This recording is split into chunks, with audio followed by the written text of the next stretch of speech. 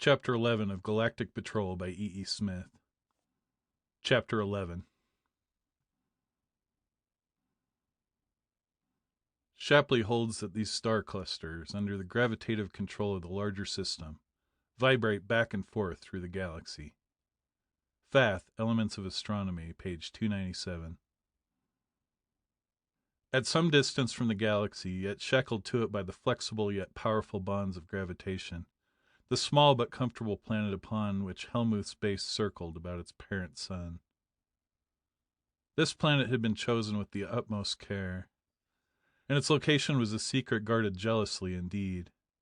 Scarcely 1 in a million of Boskonians' teeming millions knew even that such a planet existed, and of the chosen few who had ever been asked to visit it, fewer still by far had been allowed to leave it. Grand Base covered hundreds of square miles of that planet's surface. It was equipped with all the arms and armament known to the military genius of the age, and in the exact center of that immense citadel there arose a glittering metallic dome. The inside surface of that dome was lined with visiplates and communicators, hundreds of thousands of them. Miles of catwalks clung precariously to the inward curving wall.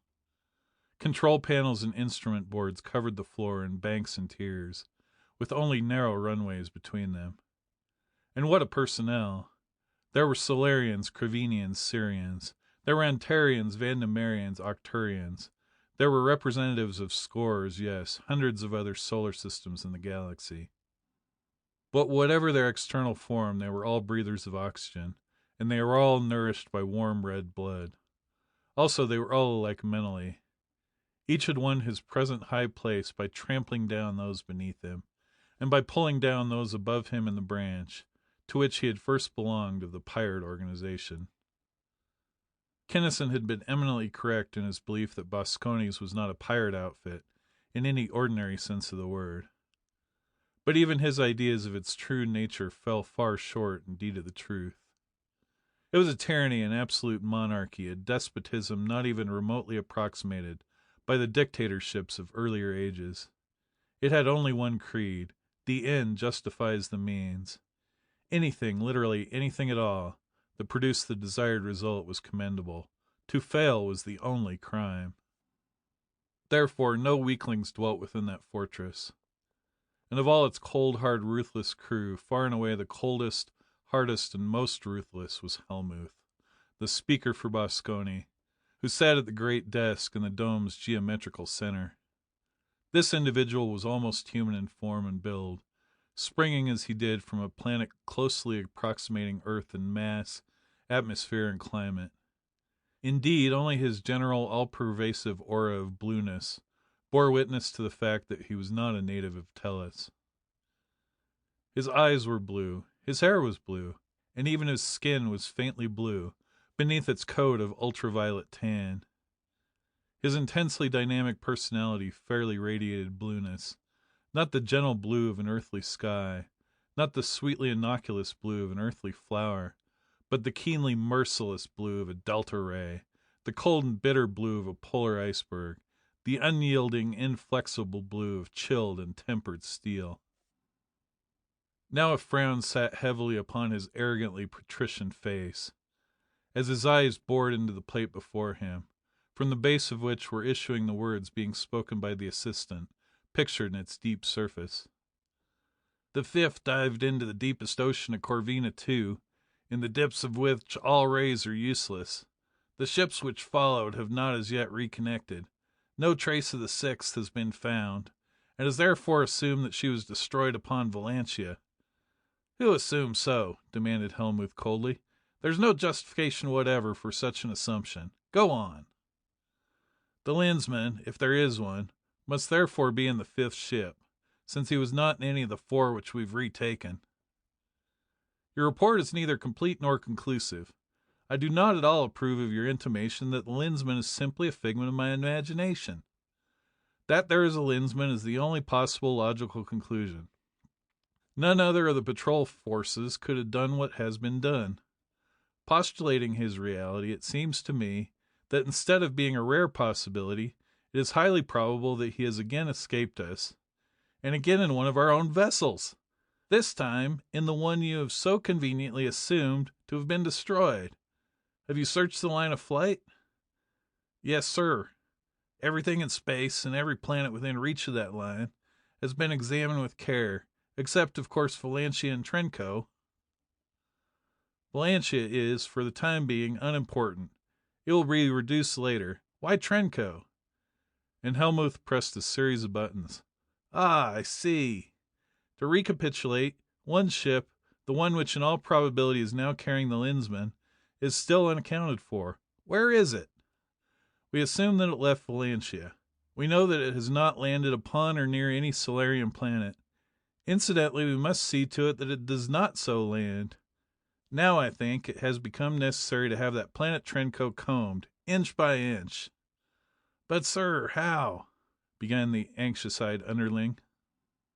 When did it become necessary to draw diagrams and make blueprints for you?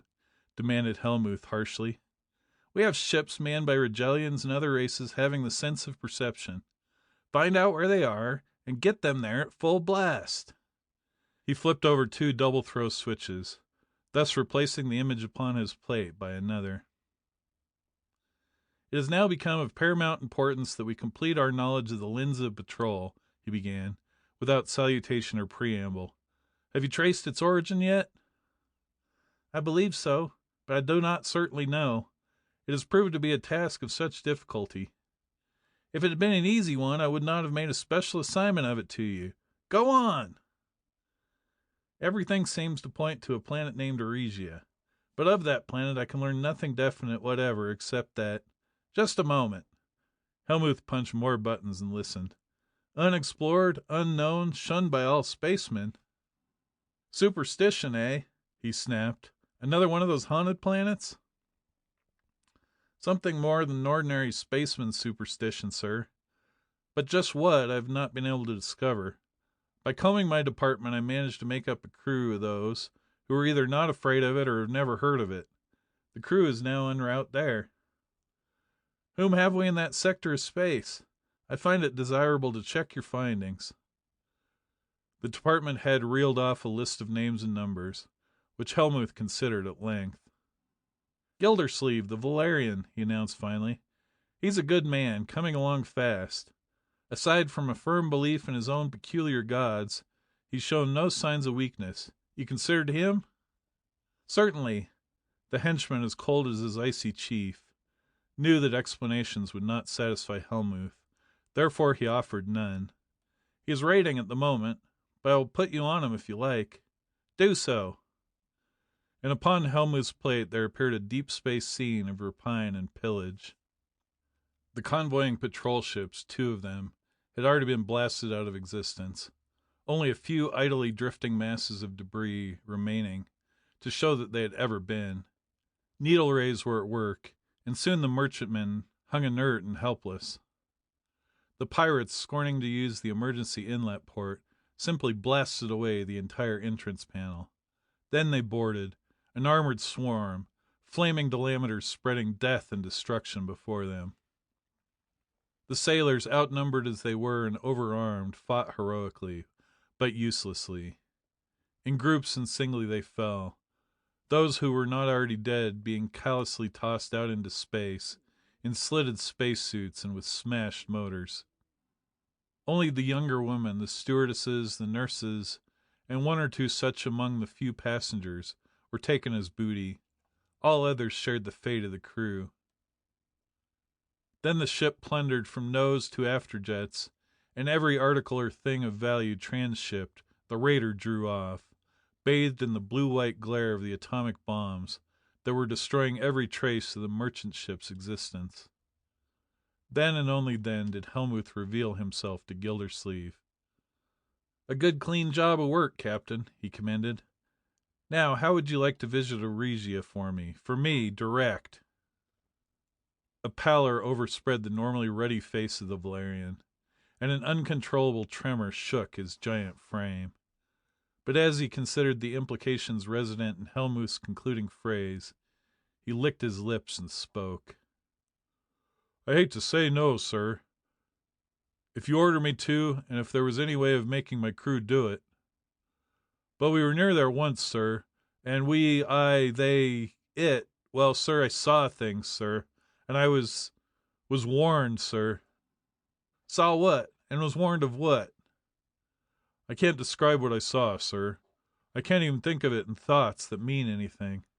As for the warning, though, it was very definite, sir. I was told very plainly that if I ever go near that planet again, I will die a worse death than any I have dealt out to any other living being. But you will go there again. I tell you, sir, the crew will not do it, Gildersleeve replied doggedly.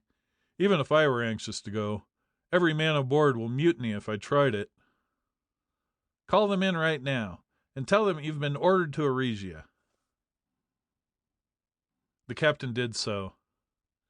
But he had scarcely started to talk when he was stopped, in no uncertain fashion, by his first officer, also, of course, a Valerian, who pulled his delameter and spoke savagely. Cut it, Chief. We're not going to Eregia, nor anywhere near there. I was with you before, you know. Point course within a quadrant of that accursed planet, and I'll flash you where you sit. Helmuth, speaking for Boskoni, ripped from the headquarters speaker. This is the rankest mutiny. You know the penalty, do you not? Certainly I do. What of it? The first officer snapped back. Suppose that I tell you to go to Eregia. Helmuth's voice was now soft and silky, but instinct with deadly menace. In that case, I tell you to go to hell, or to Eregia, 1,000,000 times worse, snapped the officer. What? You dare speak thus to me? Demanded the arch-pirate, sheer amazement at the fellow's audacity, blanketing his rising anger. I so dare, declared the rebel, brazen defiance and unalterable resolve in every line of his hard body, and in every lineament of his hard face. All you can do is kill us. You can order out enough ships to blast us out of the ether, but that's all you can do. That would be a clean, quick death, and we'd have the fun of taking a lot of the boys along with us. If we go to Eregia, though, it would be different. Very, very different, believe me. No, Helmuth, and I say this to your face. If I ever go near Eregia again, it will be in a ship in which you, Helmuth, in person, are sitting at the controls. If you think this is an empty dare and don't like it, you don't have to take it. Send on your dogs. That will do. Report yourselves to Base D under...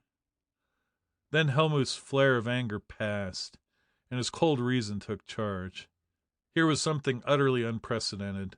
An entire crew of the hardest bitten marauders in space, offering open and barefaced mutiny. No, not mutiny, but actual rebellion. To him, Helmuth, in his very teeth. And not a typical skulking, carefully planned uprising, but the immovably brazen desperation of men making an ultimately last-ditch stand.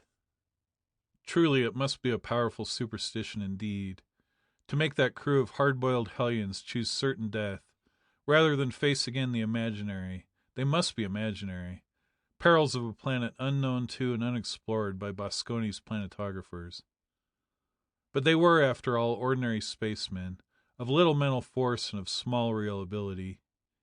Even so, it was clearly indicated that in this case, precipitate action was to be avoided. Therefore, he went on calmly and almost without a break. Cancel all this that has been spoken and that has taken place. Continue with your original orders pending further investigation. Helmuth switched his plate back to the department head. I've checked your conclusions and have found them correct, he announced, as though nothing at all out of the way had transpired. You did well in sending a ship to investigate. No matter where I am or what I am doing, notify me instantly at the first sign of irregularity in the behavior of any member of that ship's personnel. Nor was that call long in coming. The carefully selected crew, selected for complete lack of knowledge of the dread planet, which was their objective, sailed along in blissful ignorance, both of the real meaning of their mission and of what was to be its ghastly end. Soon after Helmuth's unsatisfactory interview with Gildersleeve and his mate, the luckless exploring vessel reached the barrier which the Eregians had set up around their system, and through which no uninvited stranger was allowed to pass. The free-flying ship struck that frail barrier and stopped. In the instant of contact, a wave of mental force flooded the mind of the captain, who, gibbering with sheer, stark, panic terror, flashed his vessel away from that horror-impregnated barrier and hurled call after frantic call along his beam, back to headquarters. His first call, in the instant of reception, was relayed to Helmuth at his central desk. "Steady, man. Report intelligently," that worthy snapped, and his eyes, large now upon the cowering captain's plate, bored steadily, hypnotically into those of the expedition's leader.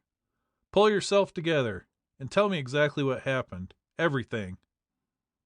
"Well, sir, when we struck something, a screen of some sort, and stopped, something came aboard. It was, His voice rose to a shriek, but under Helmuth's dominating glare he subsided quickly and went on. "A monster, sir, if there ever was one. A fire-breathing demon, sir, with teeth and claws and cruelly barbed tail. He spoke to me in my own Kravenian language. He said—" "Never mind what he said. I did not hear it, but I can guess what it was. He threatened you with death in some horrible fashion, did he not?" The coldly ironical tones did more to restore the shaking man's equilibrium than reams of remonstrance could have done. "Well, yes, that was about the size of it, sir," he admitted. "And does that sound reasonable to you, the commander of a first-class battleship of Boskoni's fleet?" sneered Helmuth. "Well, sir, put it that way, it does seem a bit far-fetched," the captain replied sheepishly. "It is far-fetched." The director, in the safety of his dome, could afford to be positive. "We do not know exactly what caused that hallucination, apparition, or whatever it was. You were the only one who could see it, apparently. It certainly was not visible on our master plates here at base. It was probably some form of suggestion or hypnotism, and you know as well as we do that any suggestion can be thrown off by a definitely imposed will. But you did not oppose it, did you?" "No, sir, I didn't have time." "Nor did you have your screens out, nor automatic recorders on the trip. Not much of anything, in fact. I think you'd better report back here at full blast." "Oh, no, sir, please." He knew what rewards were granted to failures, and Helmuth's carefully chosen words had already produced the effect desired by their speaker. "They took me by surprise then, but I'll go through this next time." "Very well. We'll give you one more chance. When you get close to the barrier, or whatever it is, go inert and put out all your screens. Man your plates and weapons, for whatever can hypnotize can be killed. Go ahead at full blast, with all the acceleration you can get. Crash through anything that opposes you, and beam anything that you can detect or see. Can you think of anything else?" "That should be sufficient, sir." The captain's equanimity was completely restored, now that the warlike preparations were making more and more nebulous the sudden but single thought-wave of the Arisian. "Proceed." The plan was carried out to the letter. This time the pirate craft struck the frail barrier inert, and its slight force offered no tangible bar to the prodigious mass of metal. But this time, since the barrier was actually passed, there was no mental warning and no possibility of retreat. Many men have skeletons in their closets. Many have phobias, things of which they are consciously afraid. Many others have them, not consciously, but buried deep in the subconscious, spectres which seldom or never rise above the threshold of perception. Every sentient being has, if not such spectres as these, at least a few active or latent dislikes, dreads, or outright fears. This is true no matter how quiet and peaceful a life the being has led. These particular pirates, however, were the scum of space. They were beings of hard and criminal lives, and of violent and lawless passions. Their hates and conscious searing deeds had been legion. Their count of crimes long, black, and hideous. Therefore, slight indeed was the effort required to locate in their conscious minds, to say nothing of the noxious depths of their subconscious ones, visions of horror fit to blast stronger intellects than theirs. And that is exactly what the Arisian guardsmen did. From each pirate's total mind, a veritable charnel pit. He extracted the foulest, most unspeakable dregs, the deeply hidden things of which the subject was in the greatest fear. Of these things he formed a whole of horror, incomprehensible and incredible, and this ghastly whole he made incarnate and visible to the pirate who was its unwilling parent, as visible as though it were composed of flesh and blood, of copper and steel. Is it any wonder that each member of that outlaw crew, seeing such an abhorrent materialization, went instantly mad? It is of no use to go into the horribly monstrous shapes of the things, even were it possible, for each of them was visible to only one man, and none of them was visible to those who looked on from the safety of the distant base. To them the entire crew simply abandoned their post and attacked each other, senselessly in an insane frenzy, with whatever weapons came first to hand. Indeed, many of them fought barehanded, weapons hanging unused in their belts, gouging, beating, clawing, biting, until life had been rived horribly away. In other parts of the ship delamters flamed briefly, bars crashed crunchingly, knives and axes sheared and trenchantly bit, and soon it was over, almost. The pilot was still alive, unmoving and rigid at his controls. Then he too moved, slowly, haltingly, as though in a trance. Without touching the controls of the Bergenholm, he nursed his driving projectors up to maximum, spun his ship, and steadied her on course. And when Helmuth read that course, even his iron nerves failed him momentarily. For the ship, still inert, was pointed, not for its own home port, but directly toward Grand Base, the jealously secret planet whose spatial coordinates neither that pilot nor any creature of the pirates' rank and file had ever known. Helmuth snapped out orders, to which the pilot gave no heed. His voice, for the first time in his career, rose almost to a howl. But the pilot still paid no attention. Instead, eyes bulging with horror, and fingers curved tensely into veritable talons, he reared upright on his bench, and leaped as though to clutch and to rend some unutterably appalling foe. He leaped over his board into thin and empty air. He came down to sprawl in a maze of naked, high-potential bus bars. His body vanished in a flash of searing flame and a cloud of thick and greasy smoke. The bus bars cleared themselves of their gruesome short, and the great ship, manned now entirely by corpses, bored on. "Stinking Kleebots! The lily-livered cowards!" The department head, who'd also been yelling orders, was still pounding his desk and cursing. "If they're that afraid, go mad and kill each other without being touched. I'll have to go myself." "No, Stanstead," Helmuth interrupted curtly. "You will not have to go. There is, after all, I think, something there, something that you may not be able to handle. You see, you missed the one essential key fact." He referred to the course, the setting of which had shaken him to the very core. "Let be." He silenced the other's flood of question and protest. "It would serve no purpose to detail it to you now. Have the ship taken back to port." Helmuth knew now that it was not superstition that had made spacemen shun Eregia. He knew that, from his standpoint at least, there was something very seriously amiss. End of chapter 11.